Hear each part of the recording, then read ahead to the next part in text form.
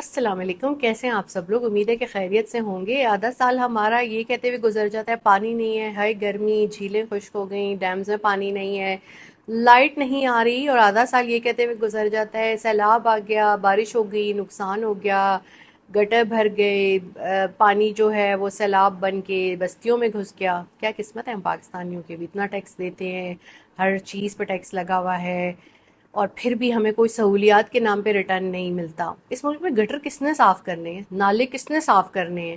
یہ کام کس کا ہے؟ یہ جس کا بھی کام ہے وہ کرتا ہی نہیں اس کو، اور ہر سال ہم یہی کہانی سنتے ہیں۔ جب تک آپ اپنے سیویج سسٹم کو اچھا نہیں بنائیں گے، سیوریج کا نظام آپ کا اچھا نہیں ہوگا، تب تک یہ ایشو آئے گا۔ دوسرا، جب آپ لوگ نالوں کے اوپر سوسائٹیاں بنا دیں گے، دریاؤں کے اوپر سوسائٹیاں ہوٹل بنا دیں گے، تو دریا تو اپنی پوزیشن پہ واپس جو ہے وہ نارمل پہ آتا ہے، اور پھر جو ہے وہ تباہی آتی ہے سیلاب سے۔ لیکن شہر میں اربن فلڈنگ کیوں ہوتی ہے؟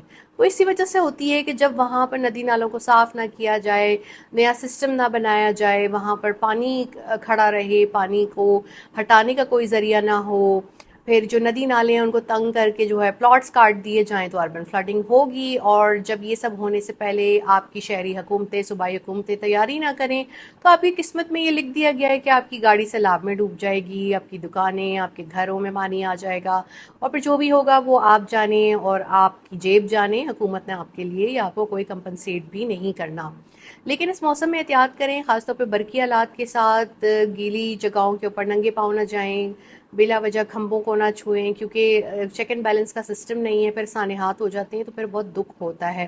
پانی میں بھی اوائڈ کریں۔ اب دیکھیں آج پورا دن بارش ہوتی رہی، حکومت کو آدھے دن گزرنے کے بعد یاد آیا کہ ہم نے تو آج چھٹی دینی تھی شہر کو، تو راول پنڈی میں کافی زیادہ نقصان ہوا۔ نالا لئی کا جو مسئلہ ہے یہ پرویز مشرف کے دور سے ہم سن رہے ہیں، اور کتنے بیچ میں آ کے وزراء اعظم صدر گزر گئے، ایک ہی جیسے چہرے ہمیں 3-4 دہائیوں سے رول کر رہے ہیں، لیکن مسائل کا حل نہیں ہو رہا۔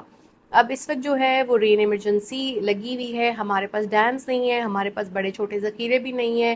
یہ قیمتی پانی جو ہے جس کو ہماری فصلوں کو سیراب ہونا چاہیے، انسانی ضروریات کے لیے استعمال ہونا چاہیے، گھریلو ضروریات، صنعتی ضروریات کے لیے استعمال ہونا چاہیے، وہ ضائع ہو کر اس وقت بحیرہ عرب میں گر رہا ہے۔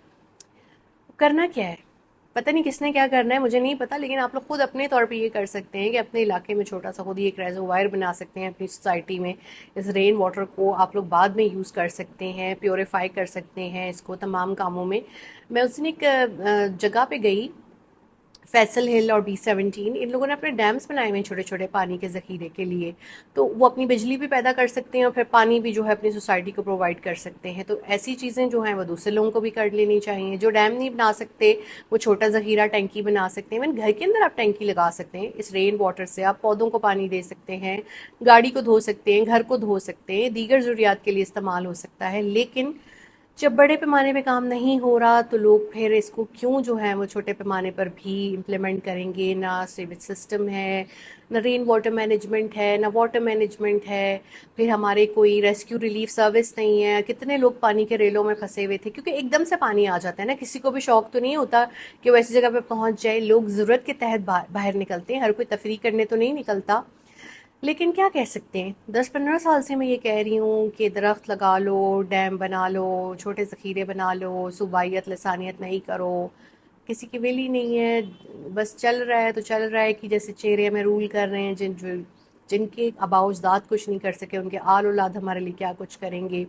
اور افسوسناک تھا آج جو تمام مناظر دیکھے ہیں، خاص طور پہ راول پنڈی سے، اسلام آباد سے، پھر یہاں پہ وہ جو نیا ایونیو بنا ہے اس کی روڈ بیٹھ گئی، اس کی قسمت میں بار بار بیٹھ جانا لکھا ہے۔ بس کیا کریں، جب جمہوریت ہی بیٹھ گئی تو اور کیا رہ جاتا ہے۔